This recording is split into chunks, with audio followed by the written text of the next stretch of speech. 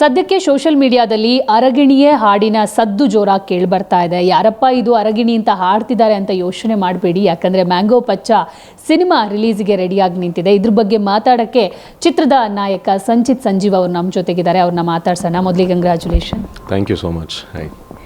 ಹೇಗಿತ್ತು ಅರಗಿಣಿಯ ಅನುಭವ? ನಿಜವಾಗ್ಲೂ ತುಂಬ ಚೆನ್ನಾಗಿತ್ತು. ನಾನು ಅದೇ ಹೇಳ್ತಾ ಇದ್ದೆ, ನನಗೆ ಎಲ್ಲ ಕಡೆ ಹೇಳ್ಕೊಂಬಂದೆ. ನನಗೆ ಇಷ್ಟು ವರ್ಷ ಬೆಂಗಳೂರಲ್ಲಿ ಇದ್ರೂ ನನಗೆ ಮೈಸೂರು ಯಾವತ್ತೂ ನೋಡೋಕ್ಕೆ ಸಿಗಲಿಲ್ಲ. ನನಗೆ ಡೈರೆಕ್ಟ್ ದೀಪಮ್ಮ ಜೊತೆ ಹೋದ್ರೂ ಡೈರೆಕ್ಟ್ ಚಾಮುಂಡಿ ಬೆಟ್ಟಕ್ಕೆ ಹೋಗೋದು, ವಾಪಸ್ ಬರೋದು ಬೆಂಗಳೂರಿಗೆ. ಬಟ್ ಈ ಸಿನಿಮಾ ಮೂಲಕ ಮೈಸೂರ್ದು ಏನೇನೋ ನೋಡಿಬಿಟ್ಟೆ ನಾನು. ಸೊ ಪ್ಲಸ್ ಅರಗಿಣಿಯ ಸಾಂಗ್ ಶೂಟ್ ಮಾಡ್ತಾ ಇದ್ದಿದ್ದು ನಾವು ಲಾಸ್ಟಲ್ಲಿ ಶೂಟ್ ಮಾಡಿದ್ವಿ. ಸೊ ಕಂಪ್ಲೀಟ್ ಸ್ಕೆಡ್ಯೂಲೆಲ್ಲ ಪ್ಯಾಕಪ್ ಆದಮೇಲೆ the last shoot that we did was ಅರಗಿಣಿಯೇ. ಆ್ಯಂಡ್ ಪ್ಲಸ್ ಇಡೀ ರಾತ್ರಿ ಶೂಟ್ ಮಾಡಿದ್ದೀವಿ ನಾವು. ಸೊ ಅದು ಒಂಥರ ಚೆನ್ನಾಗಿತ್ತು. ಅಂದರೆ ಇಡೀ ಮೈಸೂರು ಮಲ್ಗಾದ ಮೇಲೆ ಯಾರೂ ಇರಲಿಲ್ಲ ರಸ್ತೆ ಮೇಲೆ.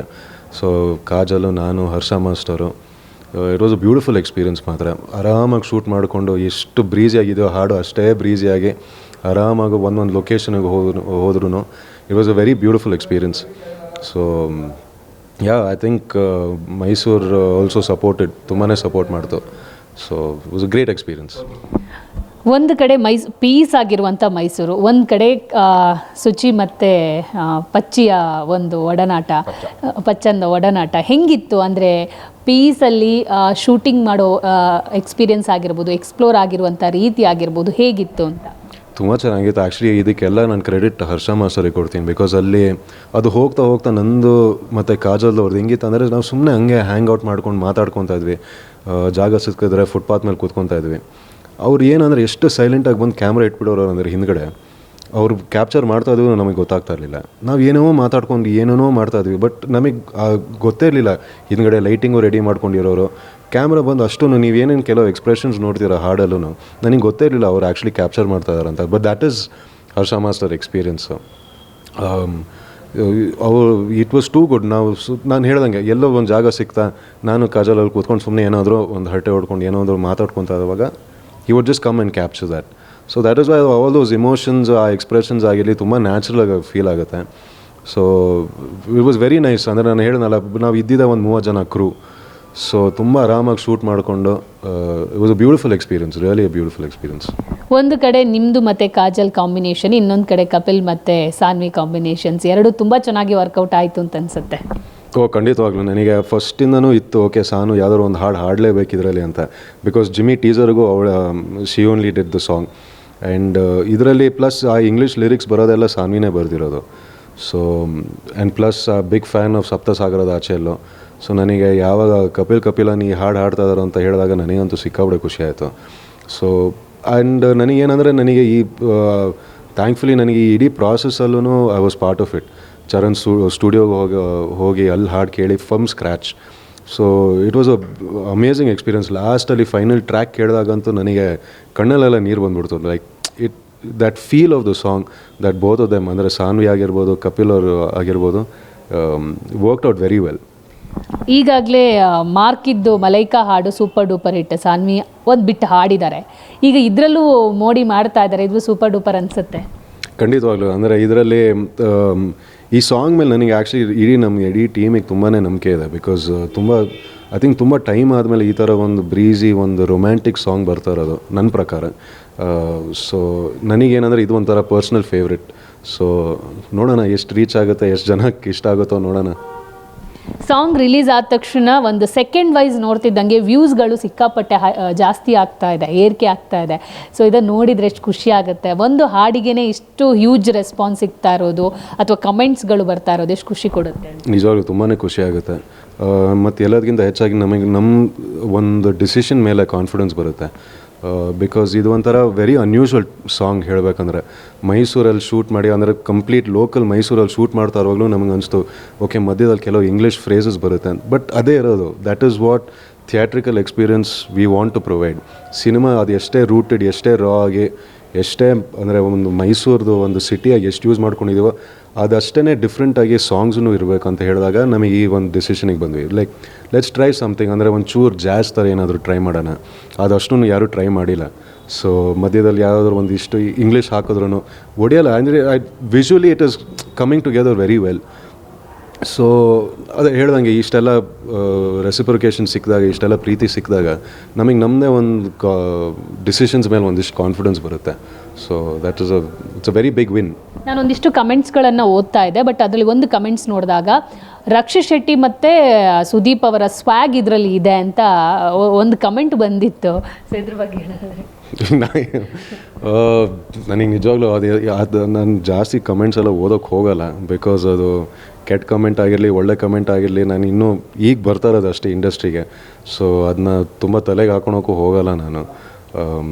But again gives me some kind of confidence. ಖುಷಿ ಆಗುತ್ತೆ. ಬಟ್ ಈಗಿರೋದೆ ಅದನ್ನ ಅದಕ್ಕೆ ಒಂದಿಷ್ಟು ಲಿವ್ ಅಪ್ ಟು ದ್ಯಾಟ್. ಈಗ ನೋಡೋಣ.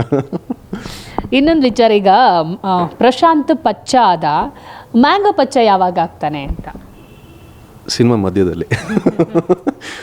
ಬಟ್ ಇಡೀ ಕತೆ ಇರೋದೇ ಅದ್ರ ಮೇಲೆ. ಸೊ ಈ ಒಬ್ಬ ಮಾಮೂಲಿ ಪ್ರಶಾಂತ್ ಅನ್ನೋನು ಪಚ್ಚ ಆಗ್ತಾನೆ, ಪಚ್ಚ ಆದಮೇಲೆ ಮ್ಯಾಂಗೋ ಪಚ್ಚ ಆಗ್ತಾನೆ ಸಿನಿಮಾದಲ್ಲಿ. ಸೊ ಅವನು actually he starts off as a very normal city boy, ತುಂಬ ನಾರ್ಮಲ್ ಲೈಫಲ್ಲಿ ಇದ್ದವನು ಅವನು.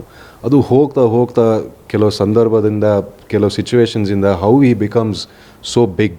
That is the entire expense of mango ಪಚ್ಚ.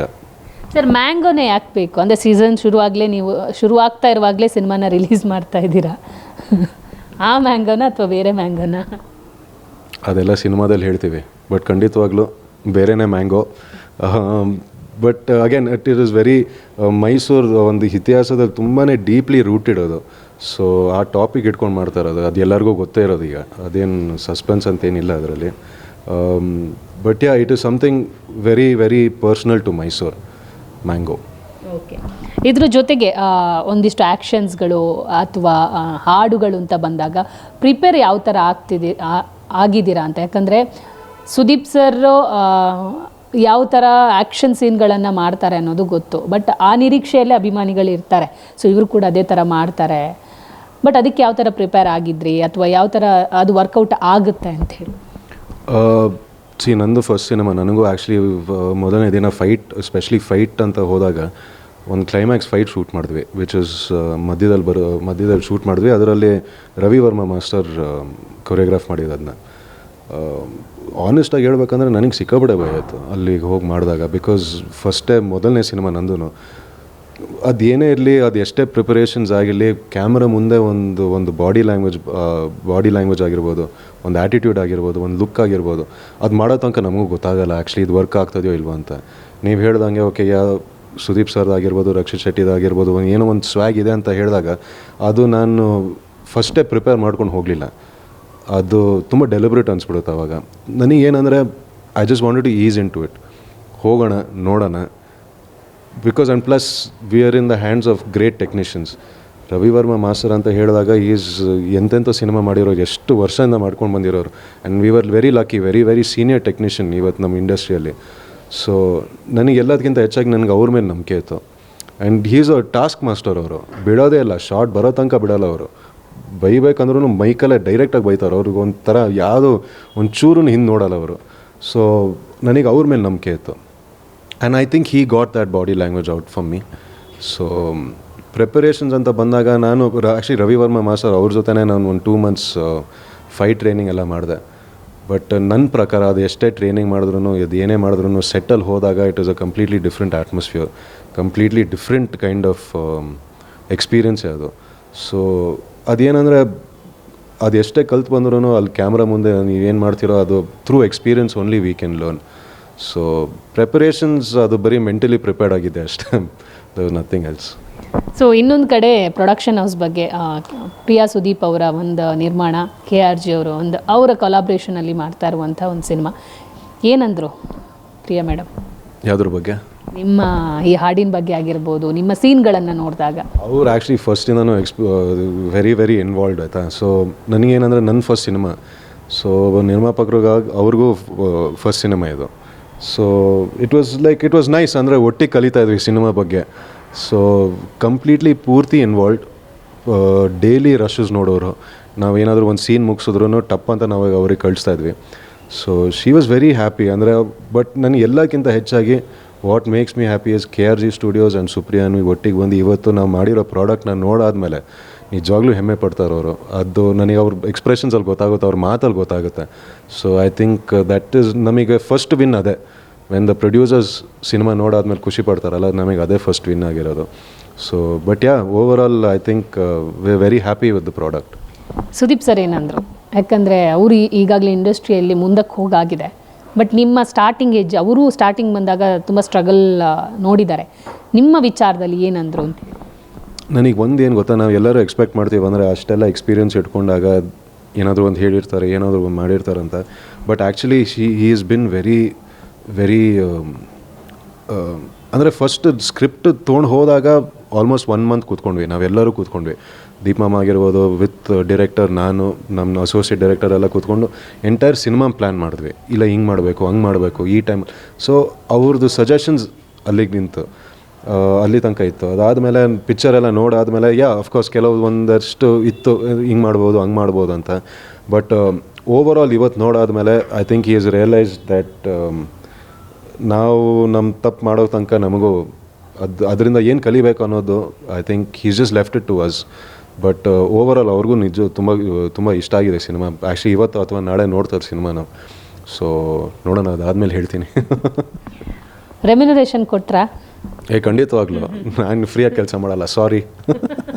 ಏನು ಡಿಮಾಂಡ್ ಇತ್ತಾ ಹೆಂಗೆ? ಇಲ್ಲಪ್ಪ, ನನಗೆ ಡಿಮಾಂಡ್ ಒಂದೇ ಇದ್ದಿದ್ದು, ದಯವಿಟ್ಟು ಒಂದು ಸಿನಿಮಾ ಮಾಡಬೇಕು ಅಂತ ಒಂದೇ ಡಿಮಾಂಡ್ ಇದ್ದಿದ್ದು. ಬಟ್ ಅದು ತೊಗೊಳ್ತೀನಿ ನಾನು.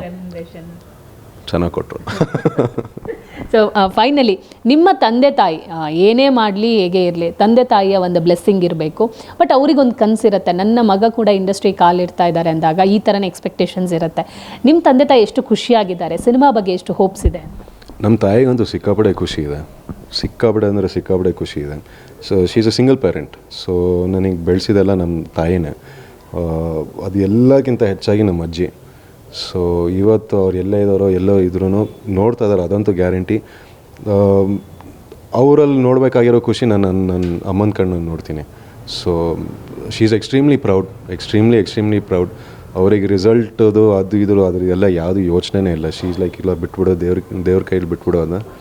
ಬಿಕಾಸ್ ಶಿ ಸೀನ್ ಎಷ್ಟು ನಾವೆಲ್ಲರೂ ಒಂದು ಟೀಮಾಗಿ ಎಷ್ಟು ಕಷ್ಟಪಟ್ಟಿದ್ದೀವಿ, how many hours of cinema and shooting that we've done. So I think she is very proud. ತಾತ ಏನಂದ್ರು? ತಾತ ಒಂಚೂರು ಕಷ್ಟ ಅವ್ರನ್ನ ಒಪ್ಸೋದು. ಸೊ ನಾವು ಜಾಸ್ತಿ ಏನೋ ತೋರ್ಸೋಕೆ ಹೋಗಲ್ಲ ಅವರಿಗೆ. ಬಟ್ ಈ ಹಾಡು ಕೇಳಾದ್ಮೇಲೆ ಅಂತೂ ಸಿಕ್ಕಾಪಡೆ ಖುಷಿಪಟ್ಟರು. ಸೊ ಸಾನು ಬೆಂಗಳೂರಲ್ಲಿ ಇದ್ದಾಗ ಸಾನು ಹೋಗಿ ಹಾಡು ಆದಮೇಲೆ first thing she did, laptop ತೊಗೊಂಡೋಗ್ಬಿಟ್ಟು ತಾತ ಜೊತೆ ಕೂತಿ ಅವ್ರಿಗೆ ಕೇಳಿಸಿದ್ರು ಹಾಡನ್ನ. ಆ್ಯಂಡ್ ನನಗೆ ಮೇಲ್ಗಡೆಯಿಂದ ಕೇಳಿಸ್ತಾ ಇದೆ, ಫ್ಯಾಂಟಾಸ್ಟಿಕ್, ಬ್ಯೂಟಿಫುಲ್, ಹಂಗೆ ಅಂತ. ಬಟ್ ಅವರಿಗೆ ಈ ಹಾಡಂತೂ ತುಂಬಾ ಇಷ್ಟ ಆಗೋಗಿದೆ ತಾತನಿಗೆ. And plus for him also ಒಂಥರ ಲಾಂಗ್ ಡ್ರೀಮ್ ಅದು, ನನ್ನ ಸಿನಿಮಾ ನೋಡಬೇಕಂತ. So he is one of the main reasons we are pushing ಈ ಸಿನಿಮಾ ಬೇಗ ಬರಲಿ ಅಂತ. ಸೊ ನೀವು ಹೇಳ್ದಂಗೆ ಹೀ ಈಸ್ ಆಲ್ಸೋ ಸೀನ್, ಅಂದರೆ ಸುದೀಪ್ ಸರ್ ಜರ್ನಿನೂ ನೋಡ್ಕೊಂಡು ಬಂದಿದ್ದಾರೆ ಅವರು. So today he just wants his grandson to be on the big screen. Okay, ಒಳ್ಳೆಯದಾಗಲಿ. ಫೆಬ್ಬಲ್ಲಿ ಸಿನಿಮಾ ರಿಲೀಸ್ ಅಂತ ಹೇಳಿದ್ದೀರಾ, ಬಟ್ ಯಾವ ಡೇಟು ಅಂತ ನೀವು ರಿವೀಲ್ ಮಾಡಿಲ್ಲ. ಆದಷ್ಟು ಬೇಗ ಆ ಒಂದು ಪ್ರೇಕ್ಷಕರಿಗೆ, ಕಾಯ್ತಾ ಇರುವಂಥ ಪ್ರೇಕ್ಷಕರಿಗೆ ಡೇಟನ್ನು ರಿವೀಲ್ ಮಾಡಿ, ಜೊತೆಗೆ ಥಿಯೇಟ್ರಲ್ಲಿ ಆದಷ್ಟು ಬೇಗ ನಿಮ್ಮನ್ನು ನೋಡ್ತೀವಿ. ಎಸ್, ಖಂಡಿತವಾಗ್ಲೂ ಫೆಬ್ ತಿಂಗಳಲ್ಲಿ ರಿಲೀಸ್ ಮಾಡೋದಂತೂ ಗ್ಯಾರಂಟಿ. ಆ್ಯಂಡ್ ಅದ್ರಿಗೆ ಬೇಕಾಗಿರೋ ಒಂದಿಷ್ಟು ಪ್ರಿಪರೇಷನ್ಸು, ಪ್ರಮೋಷನ್ಸು ಅದಷ್ಟನ್ನು ಪ್ಲ್ಯಾನ್ ಮಾಡ್ತಾ ಇದ್ದೀವಿ ಈಗ. ಸೊ ಫೆಬ್ಬಲ್ಲಿ ವಿಲ್ ಸಿ. ನೋಡಿದ್ರಲ್ಲ ವೀಕ್ಷಕರೇ, ಇದಿಷ್ಟು ಸಂಜೀವ್ ಅವರ ಮಾತು. ಈಗಾಗಲೇ ಸಿನಿಮಾ ವಿಚಾರವಾಗಿ ಒಂದಿಷ್ಟು ವಿಚಾರಗಳನ್ನು ನಮ್ಮ ಜೊತೆಗೆ ಹಂಚ್ಕೊಂಡಿದ್ದಾರೆ. ಅರಗಿಣಿಯ ಹಾಡು ಈಗಾಗಲೇ ರಿಲೀಸ್ ಆಗಿ ಎಲ್ಲ ಕಡೆ ಟ್ರೆಂಡ್ ಕ್ರಿಯೇಟ್ ಮಾಡ್ತಾ ಇದೆ. ಕ್ಯಾಮರಾ ಪರ್ಸನ್ ಸಂದೇಶ್ ಜೊತೆ ದೀಪಿಕಾ, ಪವರ್ ಟಿವಿ, ಬೆಂಗಳೂರು.